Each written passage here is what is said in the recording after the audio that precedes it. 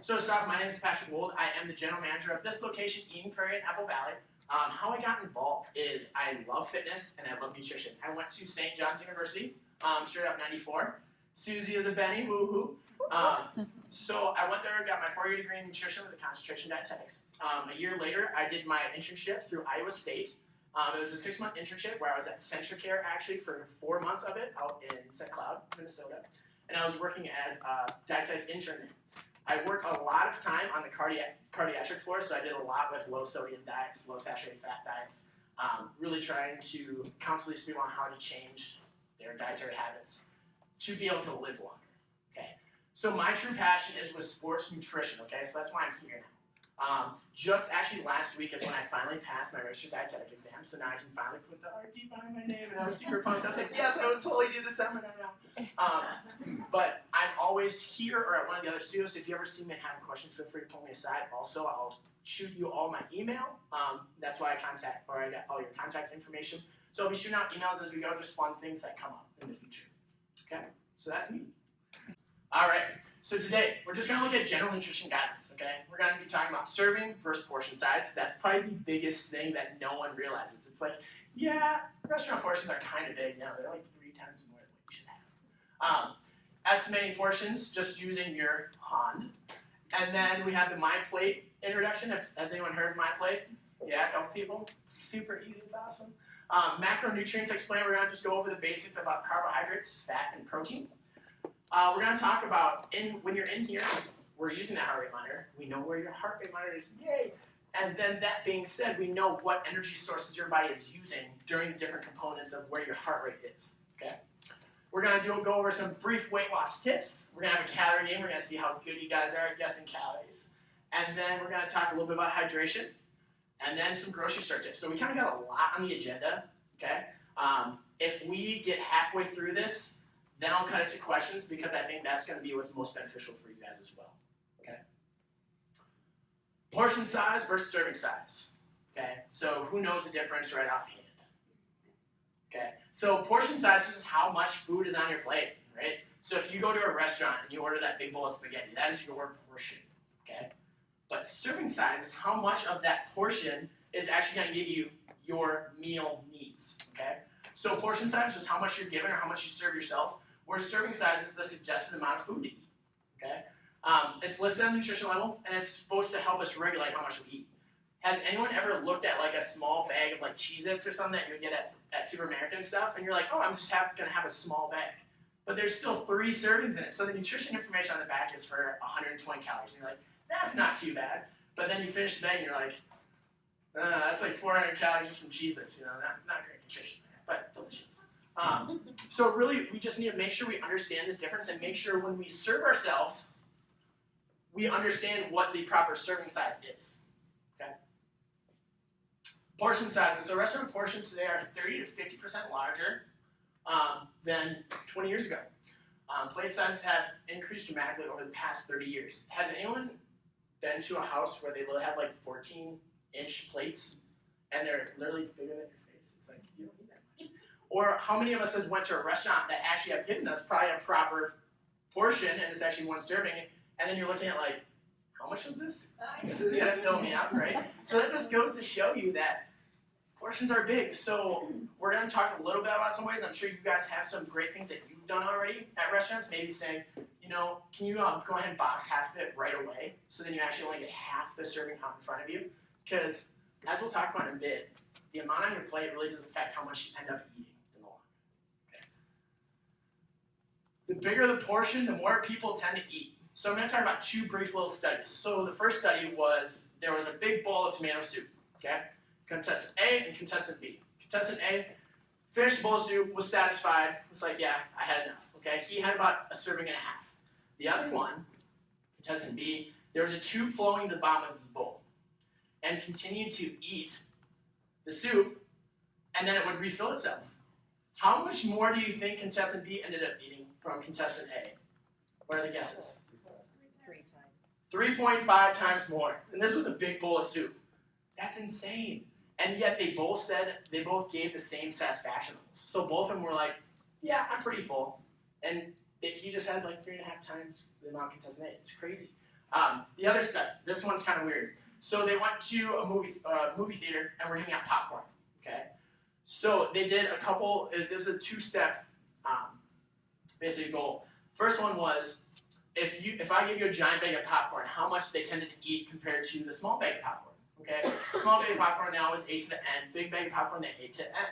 But even when they gave them stale popcorn in a big bag, they still ended up eating more because it was a free refill than they did with the big bag with actually good tasting. So even though it had lower taste quality, it wasn't even good, people still ate more of it because it was just a bigger bag. Crazy. So really the amount you put on your plate is truly when you can control and say, I'm going to eat what's on my plate, and there is something of mental satisfaction of I finished this. Who's part of the Clean Plate Club? Oh yeah, our parents taught us well. Woohoo, clean your plate. Food is expensive. All right. We don't really want to do that anymore unless we really know that we're putting the right amount on that plate. Super simple concept. Everyone, if you can take one thing away from today, this is it. Every single meal, half your plate, visually look at it, half your plate, fruits and vegetables. More vegetables, but fruits and vegetables. If you do that, it's going to change your world. Promise. That one little tip. It's really hard to do though. Enjoy, but eat less. Remember, 100 extra calories per day equals 10 extra pounds per year. Okay? So if you simply do that the opposite way, take off 100 calories per day, at the end of the year, you are 10 pounds lighter. Yay! Right? If that's your goal. All right. Da-da-da-da. So, once again, let's go and look at this. So this is, who remembers the food pyramid? The grains, the bottom, blah, blah. So then the government looked at this program and said, no one eats off a triangle, so it's really hard to visually take the triangle and be like, how should I make my plate? Okay, so this was the government program where it allows you to have a visual. So we have fruits and vegetables on half of your plate, just like you said. You see vegetables coming up a little bit more than fruits, okay? The other fourth, we have protein. Another fourth, we have grains. And then a side of dairy, okay? So whose breakfast, lunch, and dinner looks like this? Anyone? Oh, I was hoping for one. Come on, I want to give a high five to someone. What about 2 meals out a day? Yeah? Awesome. So this is really what you want to shoot for. And let me ask you a tough question. What about snacks? What do you guys do for snacks? How do you guys balance it out throughout the day? Do you just have the same bag of trail mix next to you, or banana, apple, some fruits, awesome. One thing that really helps me over is those small naked juices. The small naked juices? Yeah. No, that's awesome. The big thing about this is you need to take this and transfer to snacks as well. So if you have that banana for your first between breakfast and lunch snack, then between lunch and dinner, you might want to then try and have a vegetable or have a protein. So you're still getting different meal components throughout snacking too, right? Because your snacks need to be balanced. A couple of times I would meet with people and they would say, oh, I have this thing of almonds. Okay, almonds are a healthy snack, right? Am I wrong? Is that cool? So almonds are a healthy snack. But what happens when you have 3 handfuls of them throughout the day? Are almonds pretty calorie dense? Yeah, they have a lot of fat, which isn't a bad thing, right? But when you have too much of anything, it's a bad thing, okay? So it was weird. I had to tell her to cut back on almonds. Another lady, I had to tell her to cut back on avocados. Super healthy snack, but they are energy dense. So if you have 2.5 avocados a day, it's woo, that's 700 calories right there.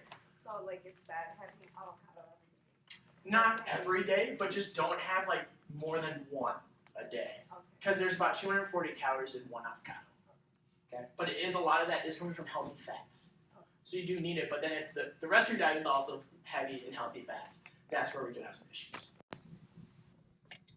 So, easy? Yeah, cool. All right, so using your hand, we're going to just go over how to kind of figure out how much of something is on your plate, right? So first, let's start with the palm. Everyone look at your palm.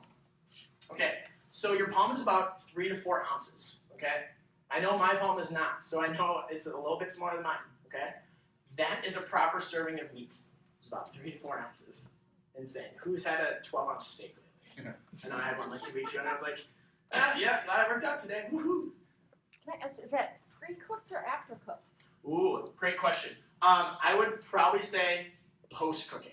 Okay. It's about the size of the palm of the hand. Okay. Another good visual reference is about the size of a deck of cards. Something we're all very familiar with. Would also be about 3 to 4 ounces. So you're saying depending, okay, so my husband is 6'6", Right. huge hands. Still, not going with his palm. Right. Can't Or do it. because he's that tall and that big, that's his size. Nope. No. So this is just not necessarily how much you should eat. This is just so you can get a measure on how much food. So then you can look at the plate and say, that's probably about 8 ounces. Okay.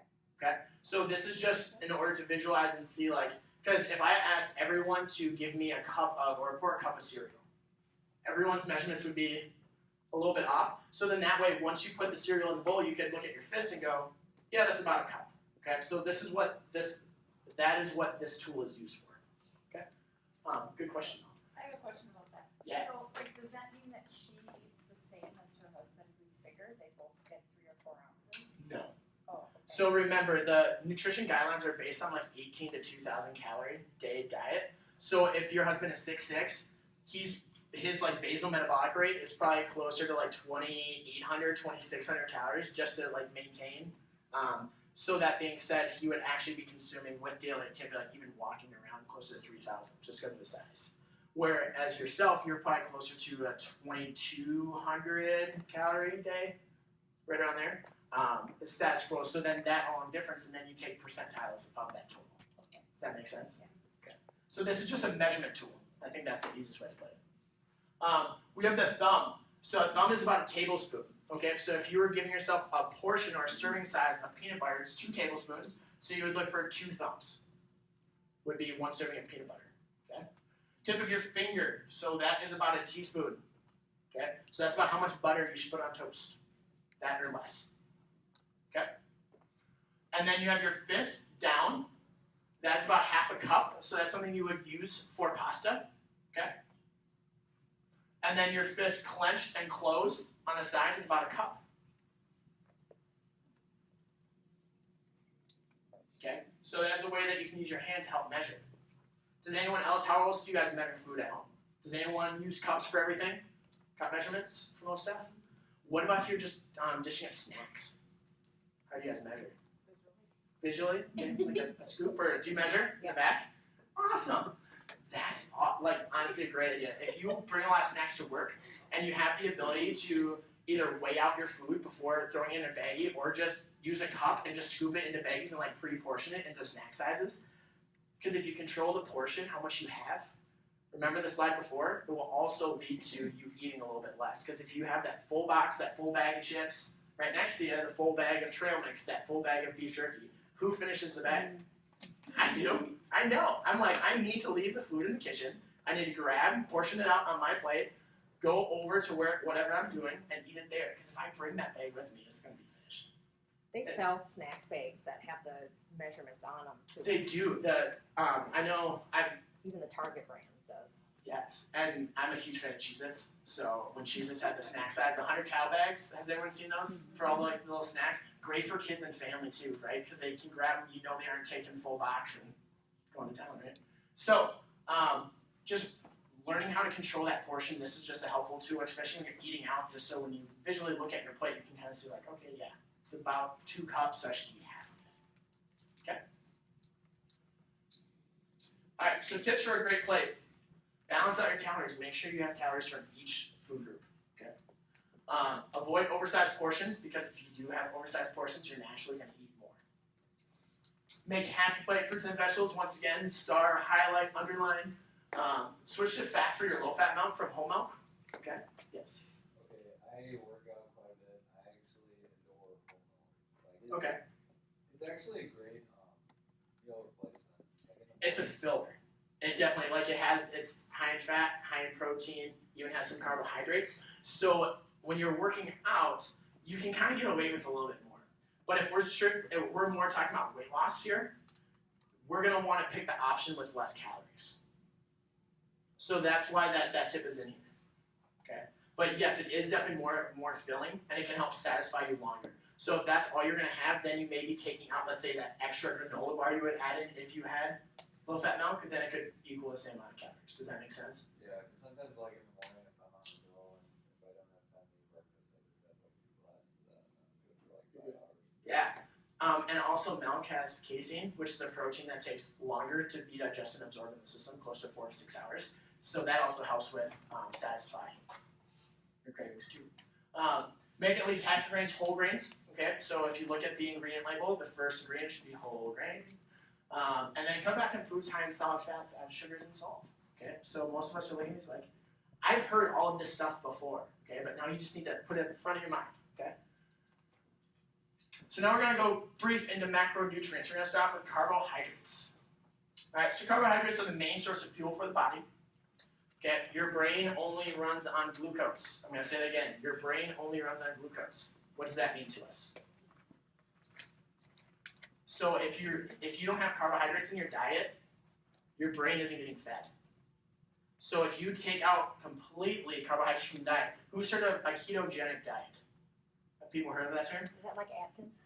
Yes. Yep. So Atkins, but the extreme Atkins, the old-fashioned Atkins where you literally have no carbohydrates. What happens is your body then makes ketones, which for one makes the blood acidic, can lead to major organ failure. And I don't mean to say this to scare you, but then also your body makes ketones to be energy for the brain. Okay, so the brain runs on glucose or ketones. Ketones are not preferred. Okay. When you go and do a ketogenic diet, you have to be very careful, and as long as you carefully do it, it can be done, and you can actually get positive results from it. But you also are not going to be working out well on a ketogenic diet typically. Okay, it's harder to do, and it is hard on the body. Carb requirements vary depending on the intensity of exercise. For example, for endurance athletes, has everyone heard of carbo loading? You know, the big meal of pasta before the big event, yeah? And then good sources of carbohydrates include anything whole grain, pastas, even rice. Okay? I have a quick question. Yeah. So that just kind of blew my mind a little bit. Okay. So in the mornings before I send my son off to school, I do like hard-boiled eggs, vegetables, fruit. I try and get as many proteins and everything, but I don't do any carbs in the morning. Because in my mind, I'm thinking, oh yeah. Fruit and vegetables are carbohydrates. They aren't thought of as the traditional carbohydrates because they aren't as, let's say, they are energy dense. So there's less sugar in fruits and vegetables, more fruits. But they also have so many vitamins and minerals in them that's why they're such a better option for us. Okay, and the amount of calories that can be stuffed in pasta and carbohydrates compared to the amount of minerals and vitamins in them, it's not as comparable. Okay, also with fruit and also whole grain products, you get more fiber too, which also helps with satiety. Okay. Yeah. So, like a good meal to eat before coming into an Orangetheory workout. I know that carbs are important, but what would you recommend?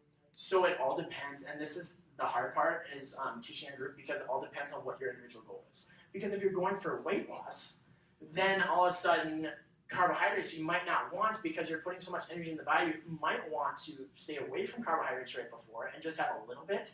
So then when you come in, your body is then using its own stored energy already for energy, right?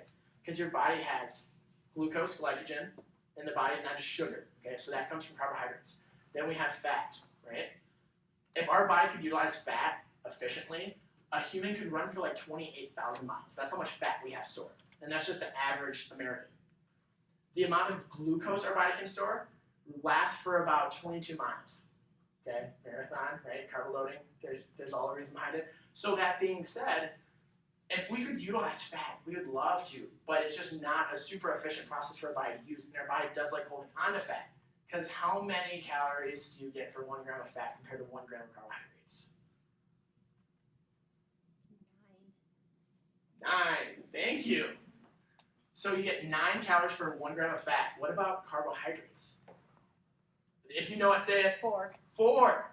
So our body likes holding on to fat because it's more energy dense. It's like, woof, if we're going to get through this, we need to hold on to this. Oh. Okay? So we're going to go ahead and keep on going because next we have protein. Protein. So protein is crucial for building and repairing its muscle and tissues. DNA, RNA, it's all made of protein. Good sources include lean meats, poultry, eggs, nuts, dairy products, cheese, peanut butter, and now also added beans and lentils. Okay? So a suggested serving size of meat, fish, or poultry is about 3 ounces, about the size of deck of cards. Choose leaner meats and trim visible fat. When you're roasting, sometimes you leave it on for the flavor, right? But then once you go ahead and serve it, go ahead and cut it off. 3 ounces of baked chicken breast, no skin, is about 105 calories with 3 grams of fat. 3 ounces of fried chicken is close to 300 calories, so you just tripled your calories. And then also 13 grams of fat.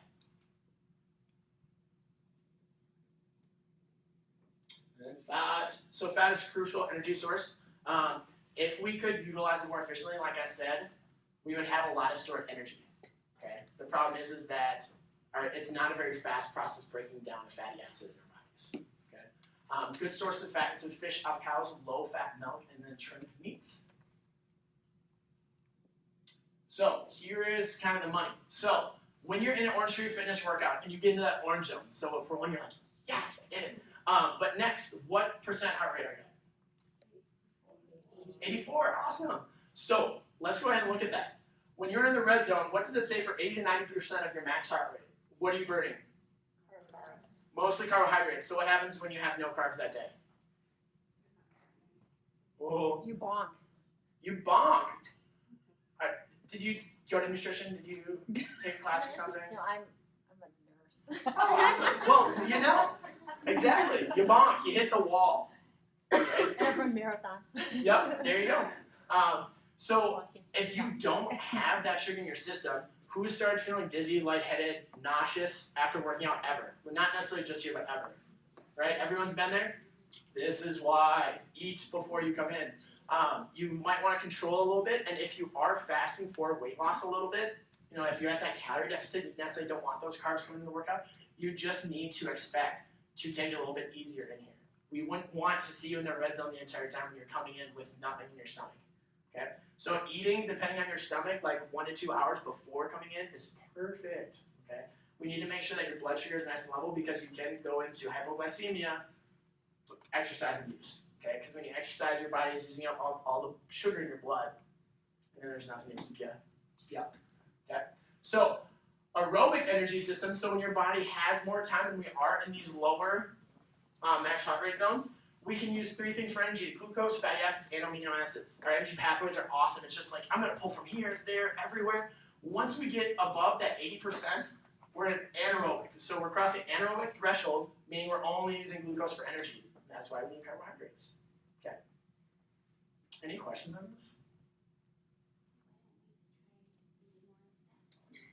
So we end up burning more calories in the higher heart rate zones. So even though the ratio, like who's heard of the fat burning zone? This is a great question because sometimes it's confusing for everyone really.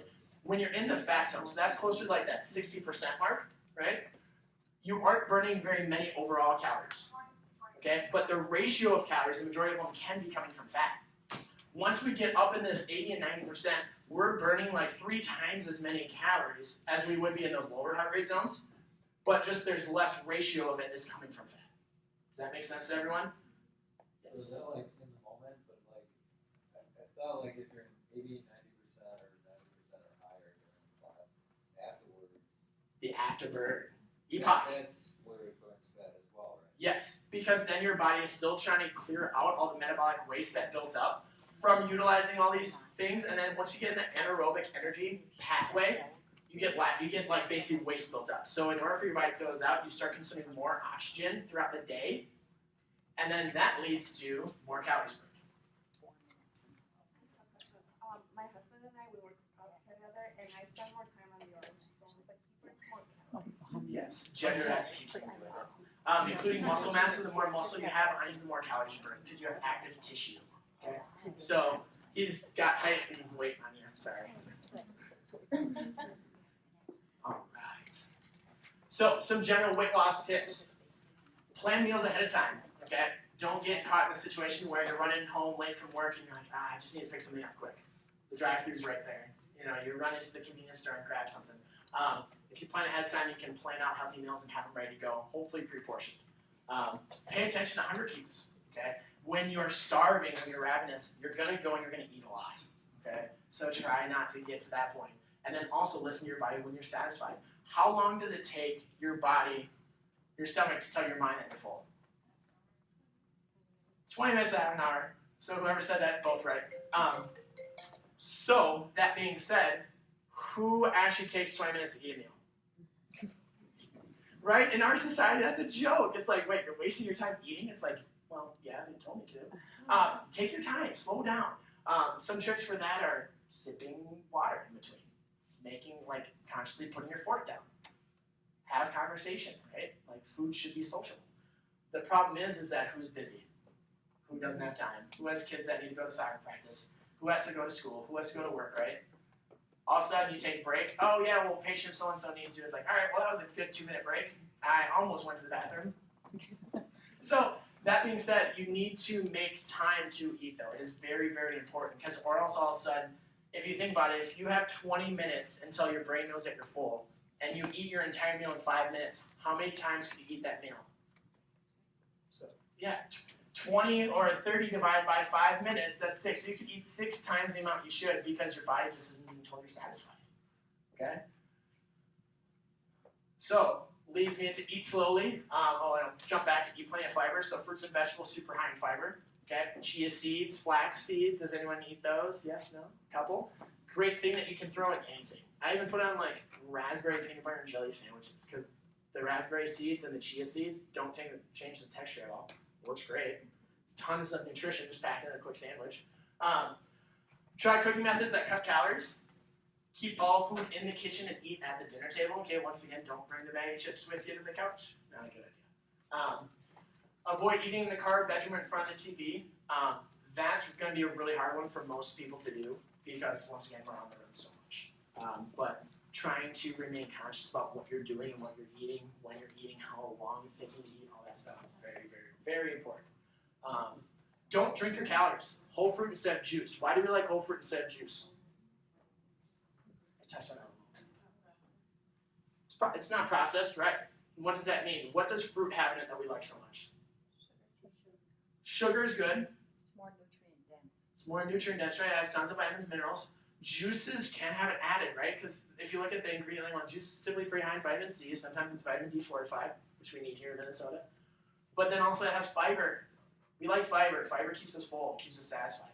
Okay? Especially for most of us that are on that weight loss journey, we want to remain satisfied by taking in less calories that our bodies are going to end up storing. Okay? Water, tea, coffee are mostly calorie-free, and then limit alcohol intake. That's all I'm going to say on that. What about carbonated waters? Carbonated waters, it depends on the brand. Some of them are like have sweeteners in them, so then they still don't have necessarily calories in them. So those would be fine, and if it's just carbonated water, it's totally fine. So like LaCroix that has this like. Yeah, so some LaCroix I know are about 120 calories a can, I want to say. So you would have to watch out for those. They say 0. If they say 0, and so remember, artificial sweeteners cannot be broken down in the body for energy, so they do not have calories that your body will utilize or store. Okay, so even like Diet Cokes, they do not have calories. They have sweeteners that your bodies cannot digest. Okay. Foods for weight loss. So once again, a good summary slide. More whole fruits and vegetables, frozen, canned, or fresh. Does anyone know are frozen vegetables just as good as fresh? Nutrient-wise, sorry. Yes, right? So if buying frozen is more convenient for you than throwing it in the microwave, that's awesome. Do it, okay? For some reason, people are like, microwave your food? Don't do that. Like, why would you do that? But no, it's totally okay. You actually lose less nutrients when you microwave compared to if you do it on the stovetop, okay? So microwaving your food is actually, especially vegetables, saves a lot of the nutrients for you. Look for whole grain as the first ingredient on breads, crackers, and cereals. More low-fat milk, yogurt, and cottage cheese, once again, to bring those calories down. But if you're using it to replace other foods, so if you're having that whole milk to replace some other foods that you would have had that morning, then that is still a switch. Okay, so that's just fine. More lean proteins, turkey, chicken, fish, and beans. Once again, fresh, frozen, or canned. Tips for weight loss. Okay, so 4 easy ways to summarize all that stuff. Cut down saturated fats. Don't drink excessive calories. Eat out less, okay, because portions are insane. And then eliminate high-calorie snacks. What are some of the saturated fats? Butters. Okay. Butter is a big one. What else? Yeah, basically butter. Margarine. Stuff with butter. All the good tasting stuff. So just don't eat any. And that tastes good, put it down, put it back in the cupboard. You don't need it. So now we're gonna try this little fun activity. We're gonna guess some calories. Okay? Let's see how good you guys are. All right. So 8 ounce coffee with cream and sugar, 60 calories. All right, that's not too bad. What about 20 ounce Starbucks white chocolate mocha? Who drinks these by the way? Delicious. 450. 320, 320 to here, 350, 350 in the back, 350. Say again? 1,200. Did you search on your phone? 5:30. No. All right, let's go ahead and see. 560. Ding, ding, ding, ding, ding. Wow. That's a lot of calories. Woo. All right. I know, it does look good. And I wonder if the whipped cream is included. That I don't know. So then it could be closer to like 630, 650. All right. Plain bagel, no cream cheese, 140 calories. Still kind of high to get all from carbohydrates. Not horrible. What about this Panera Cinnamon Crunch bagel, no cream cheese? I know I used to get this all the time in high school when I was playing football. 500. How much? 460, 520. Anything in the back? What do you think? 500? Okay. 610. 420. So still not as bad. Still pretty bad. Right? Because who's going to not put cream cheese in it? Really? All right. One size popcorn with butter. Small size, 270. AMC, large popcorn with butter. 800. What do you think? 650. Real quick, before I reveal this, does everyone know popcorn is a good healthy snack? When it doesn't have all the added caramel and cheddar and butter and all the good stuff. When you take that stuff off and then it's just okay, it's a good snack. Okay. It's going to be high fiber, whole grain. But anyways, let's go ahead and see. Drum roll, please. Da, da, da, da, da, da. Oh, 1,030. It's probably the butter. We usually split it with someone, so that.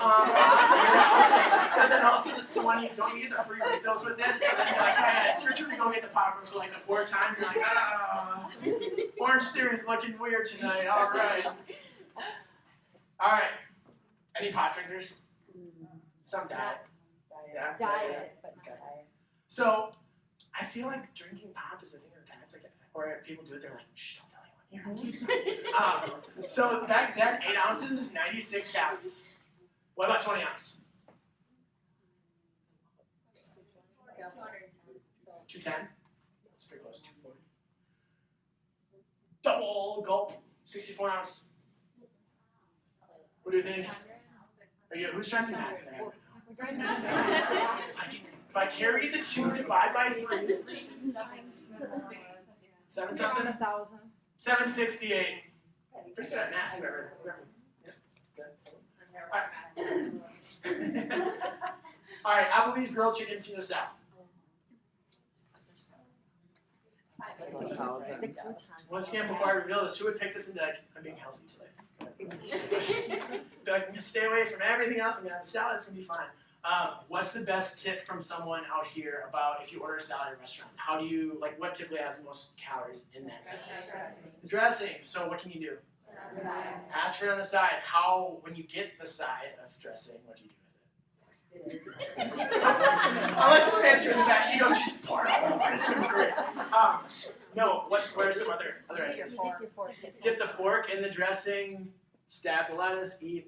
Pretty good. Yeah, that's exactly it. Or else just make sure to put half of it on first, see how it tastes. Same thing with, does anyone salt their food before even tasting it? Oh no, don't put it down. You won't anymore. Yep, so always taste your food before you put on that extra bit, okay? I actually know that it has to happen, okay? But all right, guesstimations for the 800. 800? 6 to 8,000. This was dressing. I don't know. I'm sorry. I pulled it from their website, and I can't remember if it said with dressing. Since it's Caesar, I assume it's with dressing. What do you think? 700. 820. And you're being healthy. What? Yeah. 820. So once again, ask for dressing on the side, and that would probably take 200 calories off. Right? And when you get I always hear croutons are really bad as far as calories. Croutons are pretty high as well because if you think about it, it's bread. Okay, so it's dense bread. And then what is it cooked in? Butter. Butter! Okay, so it tastes, that's why croutons taste delicious, right? All right, oh, 370 without dressing. Oh. Okay, so actually if you took off the dressing, that'd be, you know, yeah, you can even keep the croutons on there. It's a win! All right, Applebee's bacon cheddar cheeseburger. So this is, if you're at the same restaurant, you're like, you know what, I'm gonna like this. $12.50. And then what do we think with fries too? Oh, you're- oh. 500s? 970. Without the. 1360 with the fries. Okay, that's most people's like half of their daily intake in one meal. And also, do you think this is gonna satisfy you for how long? Couple hours. Yeah, oh, I don't know. For me, it would be like an hour and a half, 2 Oh, hours. come on, you got the bacon and the cheese and the protein that gets digested a little bit slower, right? The Yes, fat. but then the amount of vitamins and minerals and everything else, it's not necessarily going to satisfy your body because your insulin's going to spike up so much, everything's going to get stored away so fast, and then you're going to be like, I'm hungry again, and yet I ate like 3 burgers already. But yeah, so, and then 602 calories with fries and 20 on soda. So just add the 240 from most sodas into that. So all of a sudden you look at your dynamic space and you're like, shoot. Okay. Hydration. So adequate hydration is key to making sure your body can perform properly. We all know this. Okay, so 6 to 8 glasses of 8 ounces of water a day, and then add 8 ounces on per 30 minutes of continuous activity. So someone do math for me. If you're in OTF, so we have an hour-long workout, how many glasses of water should you approximately be having? 10. Easy as that. What the other way to do it, I think it was, is you take your body weight in pounds, you divide by 2, and then that's how many ounces of water you should have per day. But you still need to add on the 8 ounces of water per half hour of strenuous activity. Okay? Urine color is typically a good indicator of hydration status, and you want to aim for urine that is basically clear and odorless. Okay? So when you see the yellow, drink water. Okay? But it's already too late, so if you are already feeling a little bit off, you notice that the color of your urine is dark yellow, then you come in for a workout, take it easy, or maybe, just skip it that day, okay? Because we want to make sure that you're hydrated and your body can actually perform. Drink fewer sugar-sweetened beverages, okay? Substitute water, unsweetened coffee, tea, and other beverages with few or no calories, okay? When you drink your calories, typically if I'm working with someone who wants to put on weight, okay, so a lot of times if people are trying to bulk, calories, you can sneak them into beverages, and you can put a lot of calories into a beverage, and that's a great way for people to gain weight. But it's the exact opposite. If you're trying to lose weight, you sneak a lot of calories in through your liquids, it's going to be really hard to take that weight off. Okay. Sport drinks are meant for endurance athletes, and that brings us to the next slide. Water is always a great low-cost choice, but if you are competing or if you are like working out for over an hour, you do really need to focus on replacing those electrolytes, replacing the hydration, and then also having some calories will help. Okay. So sport drinks like Gatorade is actually an awesome thing for athletes or for people working out more than an hour. But for the everyday person just drinking as they're driving around, not a great choice. Okay. Grocery store tips. Smart shopping grocery store tips to feed your family. So plan your meals on a weekly or monthly basis. How many people do that? Nice. That's a lot of hands. Awesome. Always shop with a list. I know this is my worst thing because typically I shop right after I work out, and after I work out, I'm hungry. So then I walk through the snack aisle. I'm like, those look good. Those look good. Those look good. Ooh, and those. And then I buy like 3 of everything too. So that's kind of a problem. Purchase prepackaged food sparingly. Why do we want to stay away from prepackaged foods? Sodium. Pretty specific sodium. If you buy canned vegetables that's stored in a sodium solution, make sure to rinse them off with water before cooking them. That will take away instantly like 30% of the sodium that's listed on the can. Okay. Have your kids help plan and prepare meals. Okay, who has young ones? Okay, who has tried giving them new food lately? Have you gotten to eat it? No, kind of sometimes. Okay, so some easy ways to get kids involved is helping them pick out the food, helping them be involved in the food prep process. So, or if you have some sort of activity like ants on a log, like classic, right? But yet everyone has done, and everyone likes celery, for that at least. The other ways you can do it are introducing new foods with foods they already like. For example, if your kids love macaroni and cheese, then adding in some sort of vegetable to that, typically that will help them enjoy trying new things too. Okay. Healthy snacks. So fruit, it costs less when they are in season. For example, right now in Minnesota, oranges are in season in the winter, and then berries in the summer. Okay, has everyone noticed like raspberries right now are like $5-6? Like, okay, yeah, I'll do without those for a while. Yogurt, buy large tubs and then divide into 1 cup servings. Okay, if you buy individual ones, you're always paying more for convenient things. Okay, so you kind of have to think about it and say, is my budget more on my mind or is my time more on my mind? Okay, and then that answer to that question will help you either buy the large tub of yogurt to save a little bit of money, or buy the individually wrapped ones if you need the convenience. Or you can buy the large tubs, put it in the smaller containers, and then you're set to go. Best of both worlds. Eggs. Keep hard-boiled eggs in the refrigerator. Easier to grab and go snacks. Has anyone done that yet? Yeah, I just did that last week. Yes. Protein. Trail mix. Combine nuts and dried fruits yourself with whole grain pretzels or whole grain cereals. Okay, to make your own trail mix instead of buying the pre-made bags. And then popcorn. Air popcorn for a low-calorie, high-fiber, and cheap snack. There you go. How does microwave popcorn? Depends on the brand. You can look at the nutrient label. And also, so the extra butter stuff, it's okay as long as you keep it to a cup. It's still not out of control. So if that's what you like, you don't have to take that away. But what I would say is try and search for a snack that is maybe a little lighter in the saturated fat area, because the butter stuff is going to be pretty high, and also that you're going to have to watch the sodium on that label. But the label will tell you everything you need to know, so you can kind of compare and contrast between the extra butter movie popcorn and the light.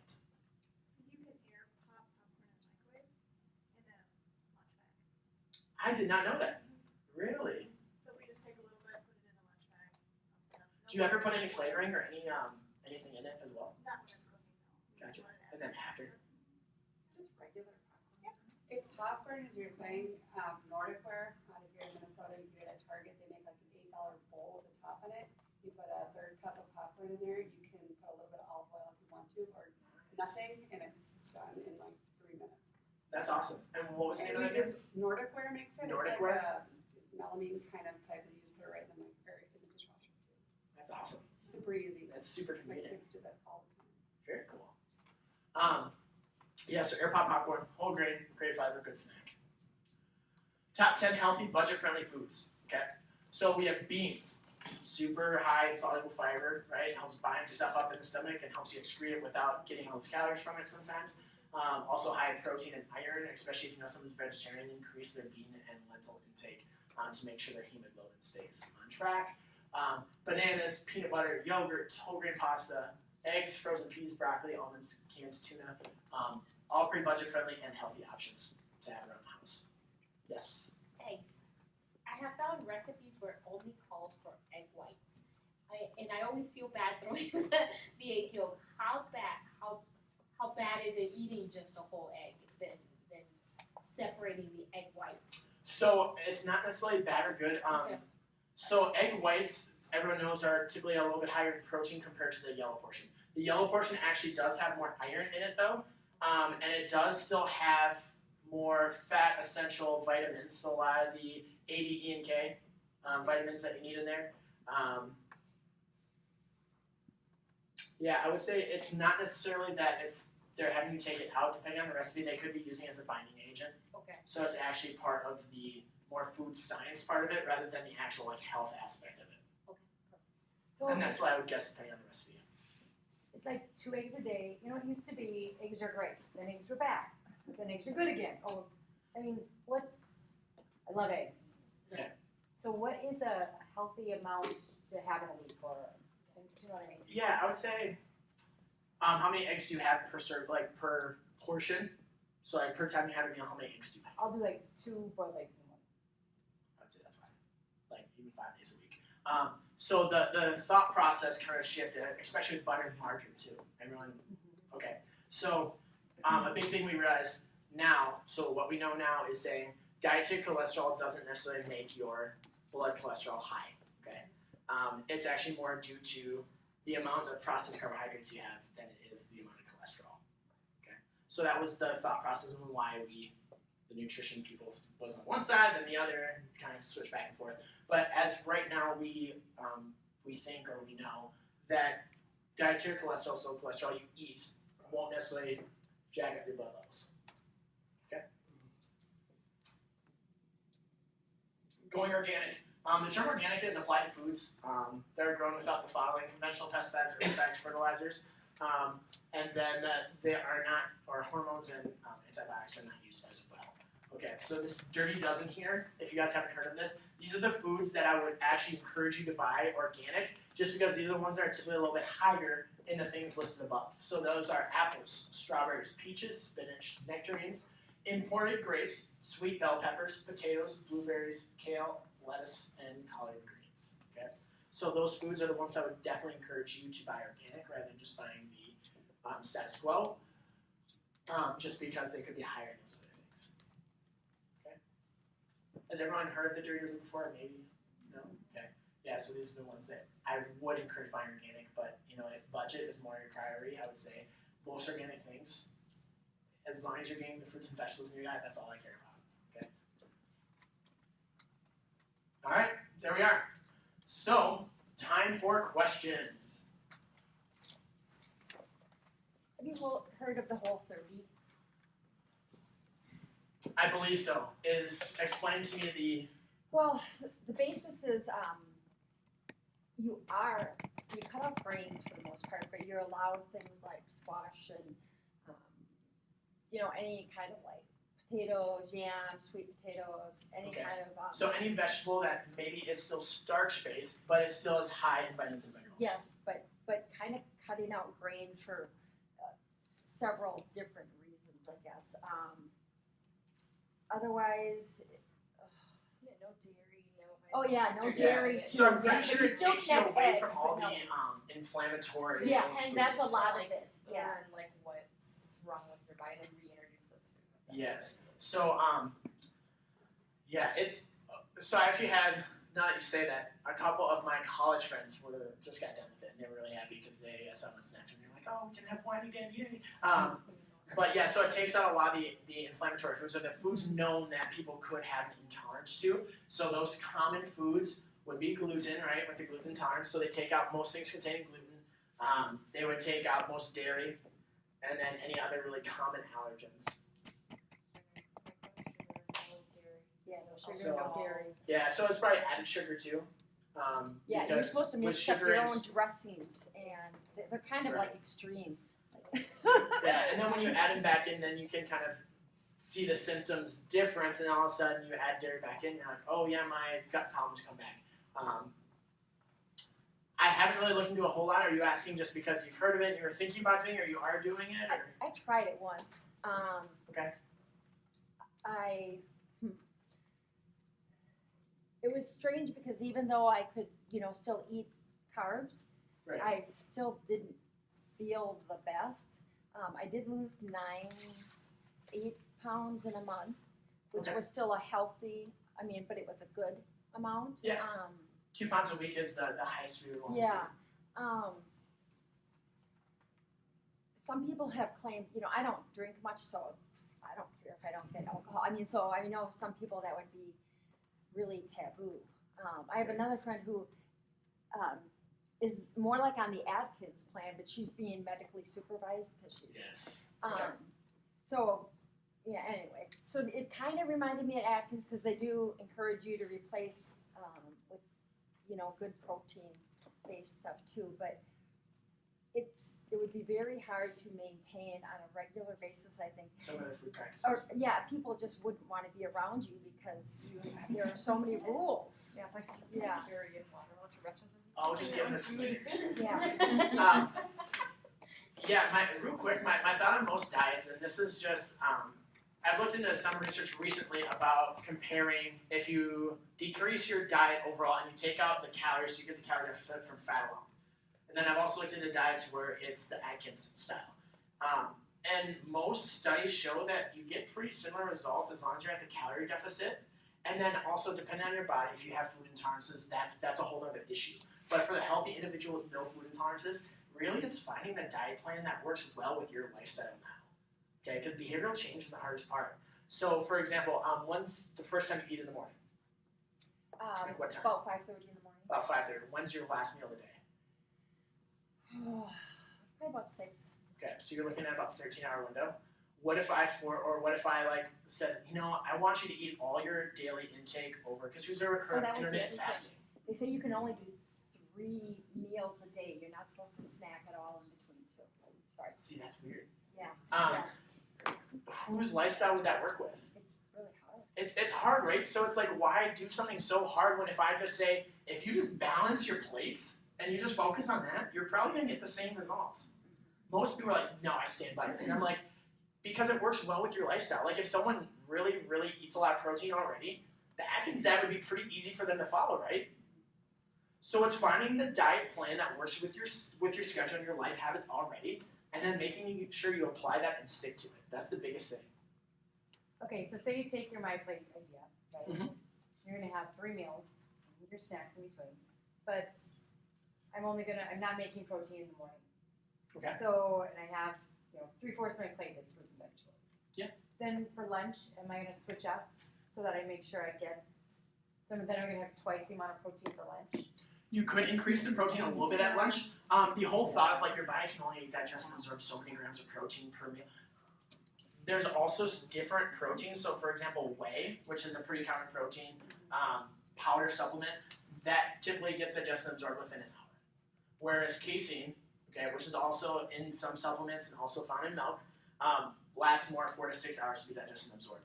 So when you have a protein meal, right, or some sort of protein food, it's still not going to be digested and absorbed all within that, so then your body's not necessarily just going to store it, but more protein isn't necessarily better. So if you do have excess protein, you're still going to get stored somewhere. So really try and go more with what the MyPlate is, Yes. and then if it's not, I would say try and add that to snacks. Okay. So I would say then try and have like a bag of beef jerky. Okay. All right. You might have to watch the sodium a little bit, but that would be the main thing. So if you have a desk job all day Yes. and you come to class at 5:30, sometimes I can get home quick and then come here, or I come right from work. What would you say 2 hours before class is a good? 2 hours before class, I would say, what about a piece of toast with, or some sort of maybe just a bread with peanut butter jelly on it? It can be as simple as that. A banana, even an hour before. Now, if that's satisfied, like you still need to be satisfied. I don't want you to come to class starving either, but you also don't want to eat too much. So it's kind of finding a balance. But I would say some source of carbohydrates with a little bit of protein. The only thing I might stay away from is the fat, just because you don't want the fat sitting in the stomach very long, and you do want to get those nutrients into the body so that you can utilize them during the workout. I have a challenge with, and you and Megan both helped with this early on with the fit camp too, but I tracked my food intake for like 3 days, and I have a challenge with consuming enough calories, so I'm trying to find the good amount of calories to still consume. I'm lucky if I can get 1,200 calories a day. Really? Okay. I don't know what foods are good that are good for you, but high calories, I guess. I don't know, like I don't. We can definitely meet more on that, because I think I definitely have some ideas for you. Okay. So, question in the back. I have little kids, which means they go to bed early, which means we have dinner early, which means I'm snacking at night, and I also work out early in the morning. So what's a good nighttime snack to have, knowing that I'll be here at like 5? So nighttime snack after you worked out.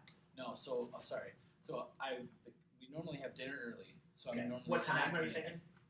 We eat at like 5:15. Okay. So by like 8, 9 o'clock, I'm real snacky. Yeah. And I'm looking for a snack because I work out at 5 in the morning. Gotcha. So you're working out the next morning. Yeah. So first off, I'm going to say you should probably have something in the morning, and to kind of cease the minute snacking. That's my biggest problem. Like I know if I have nothing to do from like 7 and later, I'm going to be eating my entire pantry. So what I try to do is I try and get a good source of protein just to help satisfy. So I feel that void, that craving, and then I also try and add a little bit more fiber. Okay, which I can send out everyone a recipe to these little protein bites that I make. They're delicious. Chia seeds, protein, oats, peanut butter. If you have allergies, I'm sorry. But you can take out those ingredients. They're delicious, and you literally just have 2-3 of them, and they can like last you for like 3-4 hours of satiety wise. And those would be like a perfect midnight snack. They're a little bit sweet too, so I could feel a little bit of that mental satiety as well. Yeah. How about like after a workout? So typically I would do the 5:30 class. Okay. And when I leave, you know, I try to have some protein and such, but I find that like an hour later, I'm like, feel like I'm starving, like my gut hurts. Yeah. And so then I try like a low fat, so I have some fruit or some vegetables, and then I'm onto the popcorn. And so I'm not satisfying something. Right. And finally I'm like, well, I'm still not satisfied, and I've just been eating all night. Yeah. And it's like, oh. So I don't know, like, what's the best foods to maybe, I don't feel full, and I don't feel satisfied. So that's kind of a tough question. It sounds like you've already kind of dabbled where I would first start. I would say like vegetables, of course, you have a ton of fiber, tons of vitamins, tons of minerals, then you also have that protein, whatever, right afterwards. So if you have the protein right afterwards, and then I would say maybe those snack bites, maybe you just need something a little bit more energy dense. But you were getting with that with the fruit, so it's... At 9 o'clock last night, I had a chicken breast on the... Oh yeah, there you go. That's fine.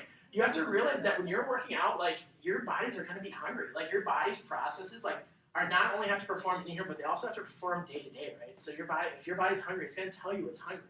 Now it's just making sure you're getting the nutrients in while still having a slight calorie deficit, so then you can still see the results from Orangetheory Fitness if weight loss is your primary goal. So that's something maybe we can meet more one-on-one and then go over trying a couple different options.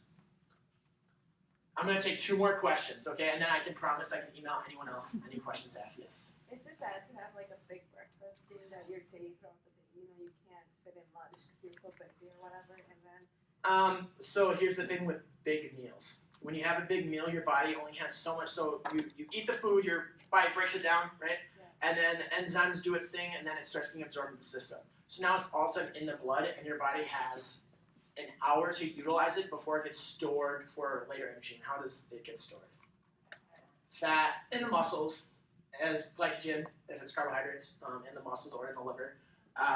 So that being said, you don't want to have too big of a meal right away, because then your body, if it can't utilize it right then and there, it's going to get stored. So that's kind of the tricky part. I would say if that's a problem that you commonly run into, I would say packing pre-portioning out snacks and bring those with you would be the first thing I'd implement. Okay. And then I can answer both of yours. I use MyFitnessPal to track calories. And yes.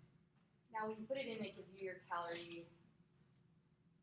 I used to be a member of Orangetheory in Arizona, and so I'm starting to hear your take on it. When you work out, should you add those like for weight loss, should you add the exercise calories back in, or not? You do need to account for it. Because the overall, like when it calculated how many calories you should be having, it already calculated out the amount of calories you should have, even with you losing weight. So it already puts your goal at a deficit, right? So if you work out, then you're going to be at more of a deficit, so you could see more weight loss, but at the same time, then your body's not going to have nutrients to recover as well. And then that's why sometimes people try and cut it down too low, tries going too hard in here, and then they lose kind of progress because they're then unmotivated because they feel so ishy, right? So what I would say is you should add them back in. The other mindset, so that's what I think, but another mindset, I know Lifetime was going by this mindset, was you shouldn't add them back in because typically your miscalculations when you portion out your food, the exercise will cover all of that. So when you say, I only had a cup of this, really it was like a cup and a half. So then the exercise will account for that extra little portion. So that was, I know, a different mindset. And like that does happen a lot. People with serving sizes, it's difficult. It's not easy to measure out everything. So. My sister's a beach body coach, and I have like a ton of friends who are in all these different fad, Herbalife and whatever. So the whole shake fad, like, is it smart to replace a meal with a shake that you pump full of protein and fruits and whatever, or is it depending on what you're putting in it? I like whole food. Okay. Because what happens when you get done with that product? Do you know how to eat? Did you learn anything? So then what happens? You probably gain it back because you start eating food again, and you eat the food you used to that got you there in the first place. So you don't really learn anything. That's why I'm so much on this approach. Like if you literally look at a plate and you fill half your plate with fruits and vegetables, and then you balance out the other two sides between grains and a protein, it makes sense, doesn't it? I mean, that's how we should eat. We shouldn't necessarily, I think it's a good aid, but I think they should also do a little bit more going past that and looking past their product and saying this is how you should eat in the future. So I think for some people, if it works, great. If it gets some results, awesome. I'm happy for them. But at the same time, I just hope that they're also getting the help they need afterwards. Yeah, to actually learn how to eat food, because that's what we're going to eat. I don't want to drink shakes all my life. All right, well, thank you guys. It was awesome having you. I just want to remind everyone that we'll be doing another seminar.